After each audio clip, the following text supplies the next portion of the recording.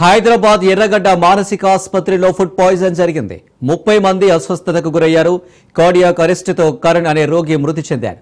అస్వస్థతకు గురైన వారిలో కొందరిని ఉస్మానియా ఆసుపత్రికి తరలించగా మరికొందరికి మానసిక ఆసుపత్రిలోని చికిత్స అందిస్తున్నారు.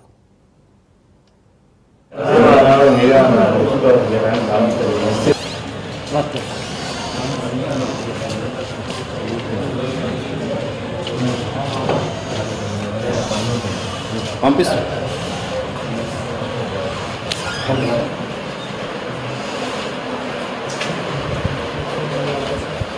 ఇది ఒక షార్ట్ తీసుకొని వెళ్ళిపోతుంది. ఇది ఒక్కటి తీసుకొని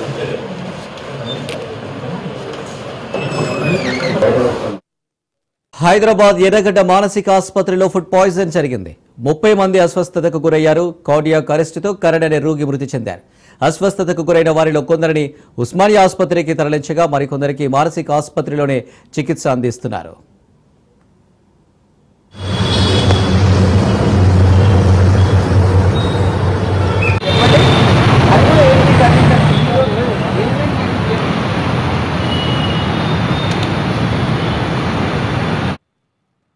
రైట్, ఇక హైదరాబాద్ ఎర్రగడ్డ మానసిక ఆసుపత్రిలో ఫుడ్ పాయిజన్ కు సంబంధించి మరిన్ని డీటెయిల్స్ పవన్ అందిస్తారు. పవన్,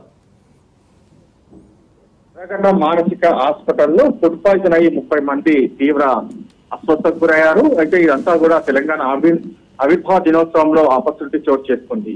ఎర్రగడ్డ మానసిక వైద్యశాలలో నిర్వహించిన యొక్క వేడుకల్లో విందుకు దీనికి సంబంధించి 30 మందికి పాయిజన్ కాగా ఒక రోజు మాత్రము మృతి చెందారు. అయితే ఇందులో తీవ్రంగా 3 అస్వస్థతకు కూడా గురయ్యారు.